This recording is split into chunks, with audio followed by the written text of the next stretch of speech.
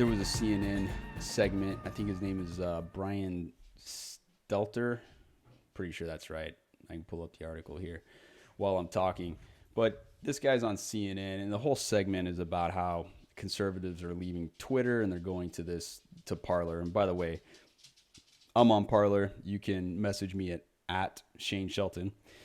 But the conservatives are leaving Twitter for Parler, and it's a threat to democracy, quote unquote, threat to democracy, because they are they're in this echo chamber now. That Parler's an echo chamber of conservatives, and they were arguing QAnon and Proud Boys and right, and so there's a bunch of different factions, but the conservatives are going over there, and it's a threat to democracy. Here's the thing. This is a CNN report. If I've ever thought that there was a echo chamber of ideas, it's CNN. And Yeah, you're right. so the hypocrisy of the statement was not obvious to them, but immediately obvious to me. So Well, and on that note too, is like, um, well, first of all, media as a whole is taking a huge hit with the elections. I mean, uh, Fox News cutting away from Kylie McEnany and different things. They're really all starting to kind of show their true colors as far as like where their loyalty lies. And by loyalty, what I'm really referring to is, um, you know, a centralized message that they're being pushed to feed America, or actually reporting the news. Like, which is it? So their loyalty is slowly indicating that they actually don't care about what the news is. They have a very specific message that they need to feed, which puts you in this said echo chamber that, you know, uh, how about this? People are going somewhere else so they can actually say what they want to say. And liberals are welcome to go too, but they're scared because we're not going to get regulated over there. yeah, that's right. So come on over, guys. Let's Yeah, have a and conversation. that's the other thing, is Twitter not an echo chamber? I mean, sure, not every conservative idea that's put out on Twitter is censored, but a lot of conservative ideas are censored. And you don't even have to have a conservative idea if you said something negative about Biden, like the New York Post situation, then you also got censored. And so it's just people seeing things get censored that that makes that ensures there's this narrative staying on the rails, not letting people come to their own conclusions. But I mean, they're Twitter's trying to engineer that. Twitter's trying to engineer people's opinions and ideas, and that's why people are leaving. Well, But and can I just add one thing to this? Is while yes, Twitter is definitely silencing certain messaging, you know, they're fact checking. It's getting worse. It it is building in momentum as far as what level of interference that they want to cause. But I will say this, because I chased the QAnon rabbit trail for a while and did that primarily through Twitter. And what I found is there's a lot of, I mean, you gotta get it.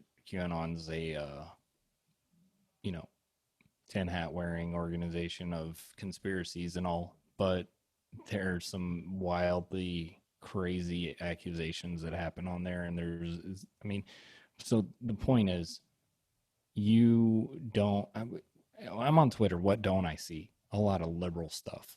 I see a lot of conservative stuff, and it gets fed to me in the droves. And I really believe that even while Twitter, Facebook, YouTube are all trying to keep major messaging to a minimum on certain topics, they also are still totally cool with pushing you. You're in your own echo chamber. It doesn't matter what you're in reality. yeah, that's a good point. I mean, they're trying to retain your attention. They're trying to keep you in on Twitter for as long as possible. Um, but the most influential uh, what gets censored are very influential people, um, Yep. or even just things like the president of the United States putting a Yep. disclaimer on his message that no, this isn't true. Yep. Okay. And I got to talk about.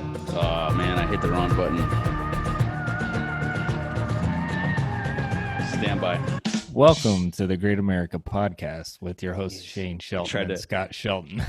I tried to hit the cough button because I have a little bit of a cough and sniffle, and I'm trying not to do that in the microphone. Anyways, It's all good. I think I recovered that nicely. We just picked up some new listeners, and this is what we're talking about.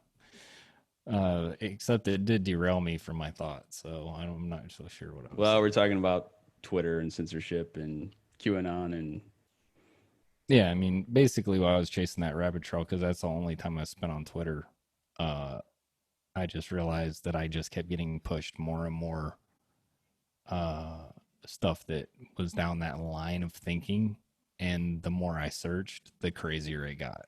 So the whole echo chamber thing is, oh, that's what we were talking about. The president.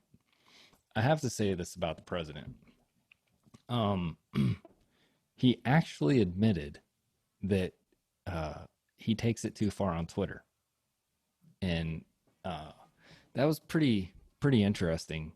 But of note, he said, "What really gets me in trouble, and I could pretty much quote this, I think, is retweets." He's like, because sometimes I just see something with a catchy title and I don't read it. I just retweet it in a hurry, and he's and retweeting QAnon and yeah, something that yeah, he should not be retweeting. And so he's like, that gets me in more trouble than my actual post. yeah, yeah. That's true. So he's learning, guys. When did he say that? He's not infallible. I think it was a interview that he did with the I don't want to mess this up. Barstool Sports, something like that. Is that a thing? I have no idea. I don't know. It's a guy that has a podcast um and a show, but Barstool. Anyways, so he did an interview with the president, so he's made it up there quite had a seat with the president, and they talked about Twitter, and then that's what the president admitted. So the man's not infallible. He actually admitted mistakes, and I don't know what his status of retweeting is, but you know,